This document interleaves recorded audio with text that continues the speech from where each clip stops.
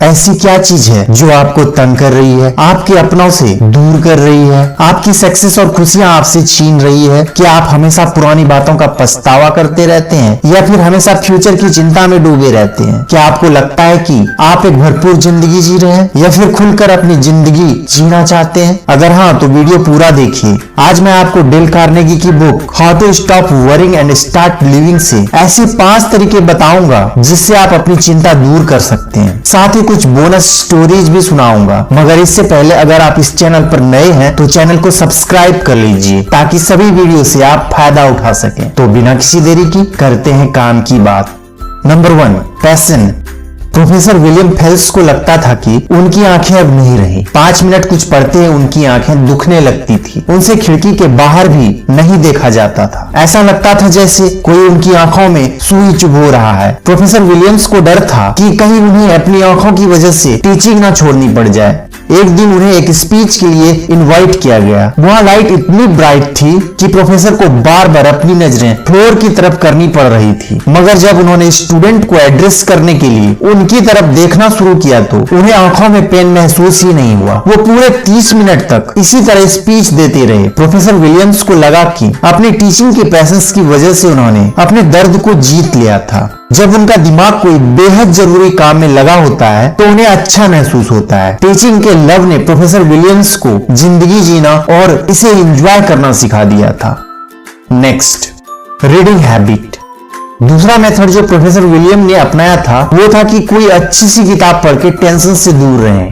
जब आप कोई बुक पढ़ते हैं तो आपका दिमाग उसमें इतना डूब जाता है कि आपको कुछ याद ही नहीं रहता।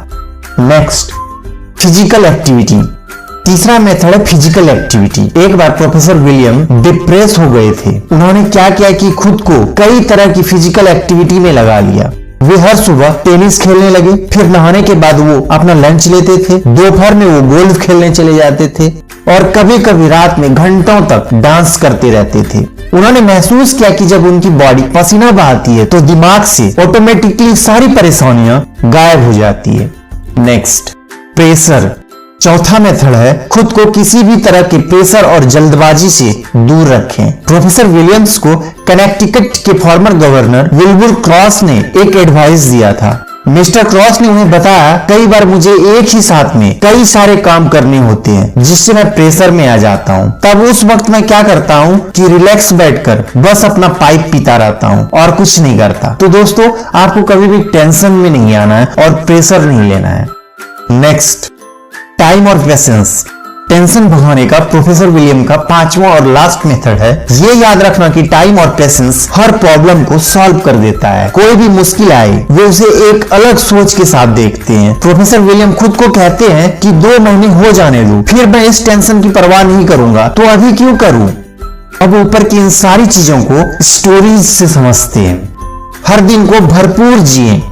एक जवान मेडिकल स्टूडेंट अपने फ्यूचर के बारे में सोच रहा था। क्या वो फाइनल एग्जाम पास कर पाएगा? स्कूल खत्म होने के बाद उसे कहाँ जाना चाहिए? कैसे वो अपनी करियर शुरू करे? वो लड़का यही सब सोच रहा था। उसके हाथ में एक किताब थी जिसे वो उस टाइम पढ़ रहा था। तभी उसमें लिखे ऐसे 21 वर्ड मिले जिन्हें पढ़कर वो इंस्पायर हो गया। आने वाले टाइम में वो मेडिकल स्टूडेंट अपने जनरेशन के सबसे सक्सेसफुल डॉक्टर में से एक था। उसने famous John Hopkins medical school को लीड किया और ऑक्सफोर्ड यूनिवर्सिटी का एक बहुत ही रिस्पेक्टेड प्रोफेसर बना।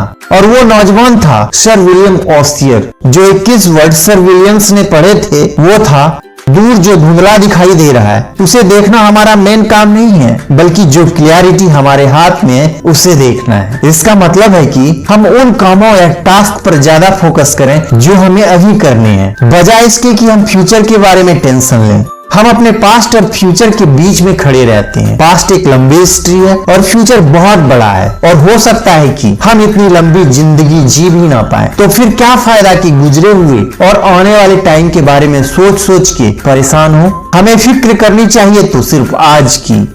बेफिक्र जिंदगी जिए। महान विलियम वुड पेट के जानलेवा दर्द से परेशान रहते थे और वो बहुत बिजी भी रहते थे। एक दिन वे अपनी डेस्क साफ कर रहे थे जिसमें उन्हें कुछ ऐसे नोट्स और इम्पोर्टेंट पेपर मिले जो अब काम के नहीं थे। एक एक करके विलियम्स ने वो सारे पेपर डस्टबिन में फेंक दिए। तभी उन्हें एक आइडिया आया कि जैसे वे वेस्ट पेपर डस्टबिन में फेंक रहे हैं, उसी तरह बीते हुए कल की हर प्रॉब्लम्स को तोड़ मरोड़ कर अपनी जिंदगी से बाहर फेंका जा सकता है। अपने पास्ट का बर्डन लेकर चलने का कोई फायदा नहीं है। अच्छा हुआ कि उसे किसी रद्दी पेपर की तरह फेंक दिया जाए। एक दूसरे मौके पर विलियम्स वुड ने देखा कि उनकी पत्नी बर्तन साफ करते हुए कुछ गा रही थी। उन्होंने खुद से कहा, देख विल, तुम्हारी बीवी कितनी खुश लग रही है। हमारी शादी को 18 साल हो गए हैं और वो इतने सालों से बर्तन धो रही है। विलियम ने सोचा अगर उनकी बीवी को पहले ही पता होता कि शादी करने के बाद उसे इतने सालों तक बर्तन धोने पड़ेंगे तो वो शायद कभी उनसे शादी के लिए हाँ नहीं करती। महान विलियम वुड को रियलाइज हुआ कि उनकी बीवी को ये काम जरा भी बुरा नहीं लगता, क्योंकि वो हर रोज के हिसाब से बर्तन धोती है। उसके कल के गंदे होने वाले बर्तन की फिक्र आज नहीं है और ना ही वो उन बर्तनों के बारे में सोचती है